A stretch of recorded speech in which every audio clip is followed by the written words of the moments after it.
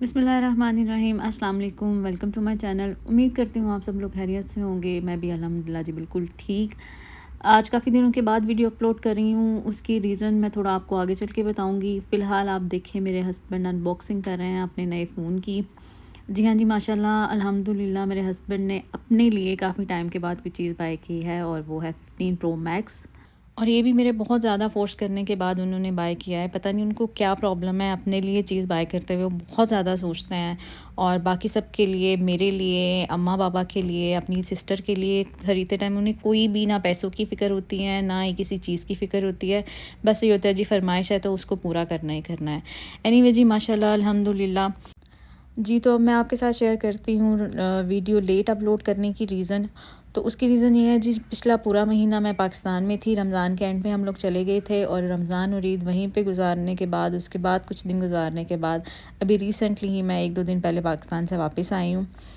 तो जी हुआ कुछ यूँ था कि जो रमज़ान जब स्टार्ट हुआ है इस साल, अगर आपने मेरी पहले वीडियोस देख रखी हैं तो आपको पता होगा कि मुझे काफ़ी ज़्यादा नॉस्टैल्जिक फ़ील हो रहा था, बहुत ज़्यादा सैडनेस हो रही थी और बस साथ में रोना-धोना भी चल ही रहा था सहर और इफ्तार के टाइम पे।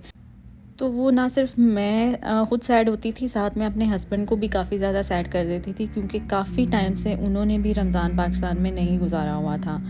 आते-जाते रहते थे लेकिन रमज़ान में जाना नहीं हो पाया था उनका। ख़ैर जी, मैंने जब से रमज़ान स्टार्ट हुआ था, जो रोना-धोना डाल रखा था, उससे तंग आकर एक दिन मेरे हस्बैंड ने मुझे सरप्राइज़ दिया और वो सरप्राइज़ ये था कि हम लोग जा रहे हैं पाकिस्तान और टिकट जो बुक करवाई थी, वो थी 2 दिन बाद की। जी, 2 दिन बाद की टिकट थी, तो मेरे पास सिर्फ़ 2 दिन थे शॉपिंग करने के लिए, जाने की तैयारी करने के लिए। एक्चुअली मैं 2 साल के बाद पाकिस्तान जा रही थी, बल्कि उससे भी ज़्यादा टाइम हो चुका है मुझे पाकिस्तान गए हुए। और लेकिन मेरे हस्बैंड बीच में जा चुके थे, एक दफ़ा वो चक्कर लगा के आए थे और मेरा पता नहीं क्यों बस प्रोग्राम नहीं बना पाकिस्तान जाने का और इस दफ़ा अचानक ही पाकिस्तान जाने का प्रोग्राम बन गया। तो जी यहाँ पे मैं ड्राई फ्रूट्स वगैरह ले रही हूँ, वो सब मेरे ससुर के लिए हम ड्राई फ्रूट्स हमेशा यहाँ से लेके जाते हैं, कोई दुबई आए या वैसे भी हम लोग जो है ड्राई फ्रूट्स यहीं से भेजते हैं पाकिस्तान के लिए। और चॉकलेट्स वगैरह जो थी वो मेरे बहन भाइयों के माशाल्लाह बच्चे हैं और माशाल्लाह से हर साइज़ का बच्चा है, तो उन सब के लिए चॉकलेट्स तो मस्त थी। और वैसे भी जैसे ही कोई बाहर से आता है तो चॉकलेट्स की फरमाइश तो होती है। वैसे तो ये सरप्राइज़ था, किसी को मालूम नहीं था कि हम लोग पाकिस्तान आ रहे हैं, लेकिन फरमाइश करे चाहे कोई ना करे, चॉकलेट्स के बगैर तो एंट्री नहीं मिलती आपको किसी के घर में भी। एनीवे जी यहाँ पे पैकिंग शैकिंग मैं सब डन कर चुकी थी, गिफ्ट्स वगैरह सबके लिए बाय किए। टाइम नहीं मिल सका कि मैं वीडियोस वगैरह बनाती क्योंकि जी सिर्फ तैयारी करना ही काम नहीं था, घर को भी साथ साथ क्लीन करना और फ्रिज की क्लीनिंग करना, क्योंकि ग्रॉसरी वगैरह मैं रमज़ान के अकॉर्डिंग लेके आई हुई थी, काफ़ी चीज़ें मैंने बना के फ्रीज़ भी की हुई थी, तो उन सब का भी डिस्कार्ड करना क्योंकि मैं 1 महीने के लिए जा रही थी, तो 1 महीने के लिए तो फ्रिज में चीज़ें नहीं छोड़ी जा सकती। जी, तो सारा सामान मैंने फ्रिज में से निकाल के उसको डिस्कार्ड किया, जो मतलब रेडी फूड था उसको तो मैंने गार्बेज रूम में साइड पर रख दिया, अगर किसी को ज़रूरत होगी तो वो सब वो खुद ही ले जाएंगे। पहले यहाँ पे एक गार्ड था जिसको मैं खाना वगैरह दे दिया करती थी, इसीलिए मैं खाना कम क्वांटिटी में बनाती हूँ क्योंकि यहाँ पे आप किसी को उस तरह से खाना दे नहीं सकते हैं कि जैसे पाकिस्तान में है हाउस हेल्प आती है, तो यहाँ पे तो वो सीन नहीं होता कि डेली बेसिस पे कोई मेड या हाउस हेल्प आपको अवेलेबल हो, तो इसके अकॉर्डिंगली ही खाना वगैरह बनाना पड़ता है। लेकिन जो एक्स्ट्रा था वो मैंने फिर निकाल दिया, जो ड्राई ग्रॉसरी थी वो भी मैंने सारी समेट दी। घर को मैंने बड़े अच्छे से नीट क्लीन कर दिया। अभी ये सुबह का टाइम था और आज मेरी फ़्लाइट थी और मुझे जो सबसे ज़्यादा टेंशन थी वो अपने पुदीने के पौधे की टेंशन हो रही थी और उसके लिए मैंने एक जुगाड़ भी सोचा जिसने मुझे जाने टाइम बहुत ज़्यादा नुकसान दिया। तो ये देखें जी, ये मैंने अपनी तरफ से साइंसदान बनने की कोशिश की, क्योंकि पुदीने की जो मिट्टी है उसको बस गीला रहना ज़रूरी होता है, तो मैंने अपनी तरफ से सोचा कि चलो एक एक ड्रॉप करके इस पे पूरे महीने में जितनी देर भी ये चलता रहेगा।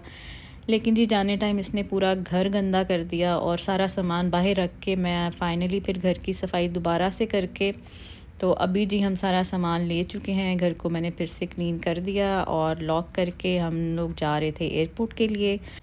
जी, तो आप सोच सकते हैं जब आप 2.25 साल के बाद पाकिस्तान वापस जा रहे हों, बहन भाइयों से मिलना हो, फैमिली से मिलना हो, तो कितनी एक्साइटमेंट और कितनी खुशी फ़ील हो रही होती है। और फिर रमज़ान था, ईद आने वाली थी, लेकिन जितनी खुशी और जितनी एक्साइटमेंट के साथ हम लोग घर से निकले थे एयरपोर्ट पे जाके, उतनी ही ज़लालत का सामना हम लोगों को करना पड़ा। जी, तो हुआ कुछ यूँ कि हम लोग तो बड़ी खुशी-खुशी ऑन द टाइम पहुँच गए थे एयरपोर्ट पे, जैसे 2 से 3 घंटे पहले पहुँचते हैं।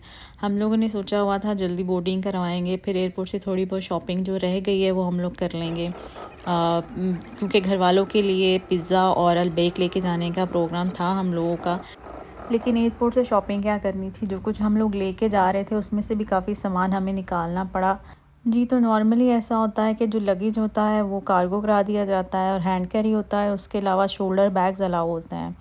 लेकिन एयर ब्लू वालों ने इस दफ़ा क्या किया हुआ था कि जो लेडीज़ शोल्डर बैग हैं वो अलाउड थे, और जेंट्स लैपटॉप बैग या कोई भी बैकपैक जो था वो अलाउ नहीं किया हुआ था। और इस बात का उन्होंने कहीं भी टिकट्स के दौरान, बुकिंग के दौरान या अदरवाइज़ कहीं भी ये चीज़ मेंशन नहीं थी।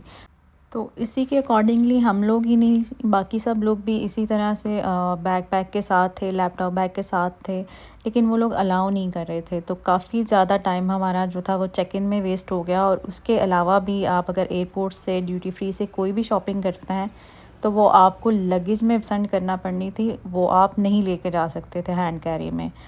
तो जी काफ़ी ज़्यादा सामान, कुछ कपड़े भी निकाले, कुछ खाने-पीने की चीज़ें वेस्ट की, जितना सामान मेरे हैंडबैग में मैनेज हो सकता था वो मेरे हैंडबैग में डाला गया।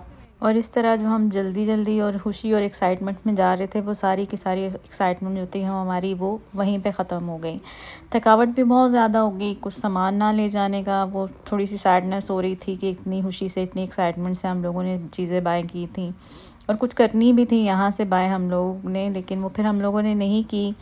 इवन मेरे हस्बैंड का जो फ्रेंड था वो बाहर हम लोग का वेट कर रहा था कि अगर चेक इन ठीक से हो गई है तो फिर वो चला जाए, लेकिन हम लोगों ने उसको बॉदर नहीं किया। जो सामान वेस्ट करना था वो हम लोगों ने वेस्ट कर दिया।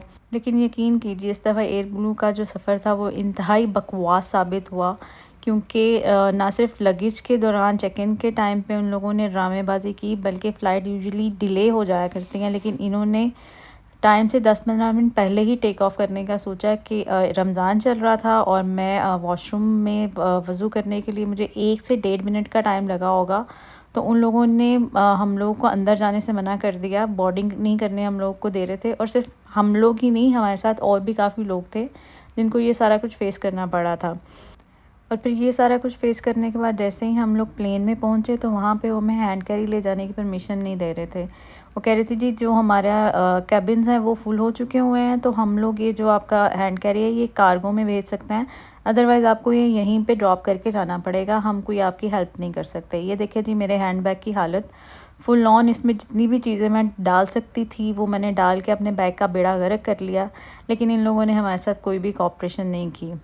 एनीवे वो वहाँ पे 10-15 मिनट लड़ाई झगड़े के बाद जो इनका प्लान जल्दी टेक ऑफ करने का था, सब लोगों ने वहाँ पे हम लोग के साथ तो बच्चे नहीं थे, जिन लोगों के साथ बच्चे थे उन लोगों को और ज़्यादा प्रॉब्लम हो रही थी। जो मदर्स के बेबी बैग होते हैं वो उन पे भी उनके साथ बहस कर रहे थे कि जी आप ये बैग्स नहीं लेके जा सकते। फिर उन्होंने एक मदर को अलाउ किया, फिर हम लोगों ने थोड़ी बहुत लड़ाई झगड़ा करके जैसे भी हम लोग वहाँ पे स्पेस ले सकते थे, फिर हम लोगों ने वो स्पेस ली।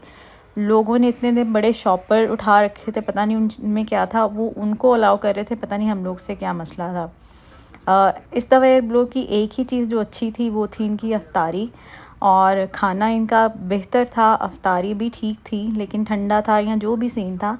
लेकिन इस दफ़ा जो हमारा एयर ब्लू का ट्रैवल था वो बहुत ही ज़्यादा इंतहाई ठंडा, बकवास और फ़ुज़ूल रहा। पाकिस्तान जाने की जितनी खुशी, जितनी एक्साइटमेंट थी वो उन्होंने यहीं पे हमारी इसका बेड़ा गर्क ही कर दिया था।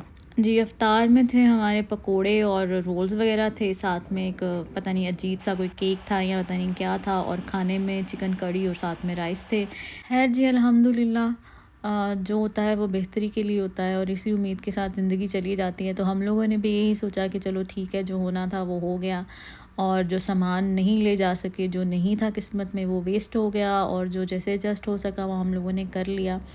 और ये प्लेन में पहला अवतार था, वो भी एक यादगार चीज़ रह गई।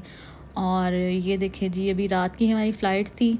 पाकिस्तान में किसी को पता नहीं था कि हम लोग आ रहे हैं, और जो हमारे हैंड कैरीज थे वो उन्होंने प्लेन में एंड पे कहीं एडजस्ट किए थे, और उसका इंतज़ार करते करते हम लोग इतना लेट हो गए कि सबसे एंड पे हम लोग ही बाहर निकले, मैं और मेरे हस्बैंड। हमारे सामान का वेट करते करते कि वो सारा जो पैसेज था वो बिल्कुल खाली हो चुका हुआ था, और पाकिस्तान ने जो जिस तरह से हमारा वेलकम किया वो भी एक अलग ही कहानी थी। अच्छा, हम पाकिस्तानी भी ना एक अजीब सी कौम है। बाहर के मुल्कों में हम लोग बड़े सेट रहते हैं। पता नहीं पाकिस्तान एंटर होते ही हम लोगों को क्या होता है कि किसी भी तरह का प्रोटोकॉल फ़ॉलो करने को हम लोग तैयार ही नहीं होते। मतलब ये लोग वही लोग थे जो दुबई एयरपोर्ट पे हर तरह का जो प्रोटोकॉल था उसको फ़ॉलो कर रहे थे। बहुत ही तमीज़ के साथ, तहज़ीब के साथ वहाँ पे मौजूद थे, और जैसे ही वो पाकिस्तान में एंटर हुए हैं वो हर चीज़ को भूल गए थे। बस सबकी यही कोशिश थी धक्कम बेल करके हम बाहर निकलें। इवन कि वहाँ पे मौजूद जो गार्ड लोग थे वो भी ये कह रहे थे, जी अब आप पाकिस्तान में हैं, हम कुछ नहीं कर सकते, जो होता है करो, बस निकलो यहाँ से। सबका इतना रूड बिहेव था, इतना ड्राई बिहेव था कि पता नहीं, ऐसे लग रहा था कि हम लोग कहाँ आ गए हैं और क्या हमारे साथ अभी होने वाला है। और जो एक और अजीब चीज़ जो मैंने यहाँ पे इस दफ़ा फ़ेस की है वो है मांगने वालों की तादाद बहुत ज़्यादा बढ़ गई है, और मांगने वालों के तरीके भी बहुत ज़्यादा बढ़ गए हैं। मैं जी एयरपोर्ट पे खड़ी वेट कर रही थी, मेरे हस्बैंड कैब करने के लिए वो उनसे बातचीत कर रहे थे, तो वहाँ पे एक लड़का आया जो बहुत ही वेल ड्रेस्ड था और अच्छा खासा अच्छे खासे घर से लग रहा था। लेकिन उसने मेरे पास आके मुझे जब फ़ोन पे बिज़ी देखा तो उसने मुझे बोला, अगर आप वाईफ़ाई ट्राई करिए तो मैं आपको वाईफ़ाई कनेक्ट कर देता हूँ। तो मैंने बोला, नहीं मुझे वाईफ़ाई नहीं चाहिए, हम लोग बस कैब करा के जा रहे हैं। लेकिन वो बज़िद था और फ़ोन मेरे हाथ से पकड़ने की कोशिश कर रहा था। जब मैंने थोड़ा उसे सख्ती से मना किया तो उसने आगे से मुझे कहना शुरू किया, जी मैं स्टाफ का बंदा हूँ, तो आप मुझ पे ट्रस्ट कर सकती हैं। मैंने फिर उसको इग्नोर किया, लेकिन वो बाज़ नहीं आ रहा था। और फिर मैंने ज़रा उसको सख्ती से टाला तो वो फिर आगे से शुरू हो गया, जी बाजी मेरे घर में 4 बहनें हैं, मैंने शादी करनी है, घर में माँ बाप हैं, खाने को कुछ नहीं है। और खुद को वो स्टाफ, एयरपोर्ट स्टाफ का जो मेंबर था वो शो कर रहा था। और ये जो सिलसिला शुरू हुआ पाकिस्तान के पूरे ट्रिप में, इतना ज़्यादा इस तरह के सीन देखने को मिले कि दुख भी होता है, क्योंकि दुबई के वीज़ा जो उन्होंने बैन किए हैं पाकिस्तानियों के लिए, उसकी एक बड़ी रीज़न यही है कि यहाँ पे भी लोग आके मांगना शुरू कर देते हैं। खैर जी, मेरे हस्बैंड कैब करवा के जब आए और हम लोग निकले अपनी सिटी गुजरांवाला के लिए, और रास्ते में जो कैब ड्राइवर था उसने भी ऐसी ऐसी कहानियाँ सुनाई पाकिस्तान में महंगाई की, पाकिस्तान के हालात की, पाकिस्तान के पॉलिटिकल सिस्टम की, और सड़कों के जो भी हालात थे वो सारा कुछ। और जो ज़लालत हमारी शुरू हुई थी उसका कुछ हिस्सा बाकी था जी। हम लोग वापस जा रहे थे मोटरवे से, और मोटरवे पुलिस ने हमें रोक के हमारे कार की तलाशी ली, हमारे सामान को, बैग्स को खोल के उसकी तलाशी लेने की कोशिश की कि हम लोग कोई गैर कानूनी काम कर रहे हैं, या पता नहीं क्या उनको लग रहा था कि हम क्या लेके जा रहे हैं। एनीवे जी, दिहाड़ी लगाने की कोशिश की। अपने मुल्क में आके सड़कों को देख के जितनी खुशी हो रही थी, साथ साथ एक डर भी लग रहा था कि पता नहीं मैं कहाँ पे जा रही हूँ, या 2 सालों में क्या तब्दीली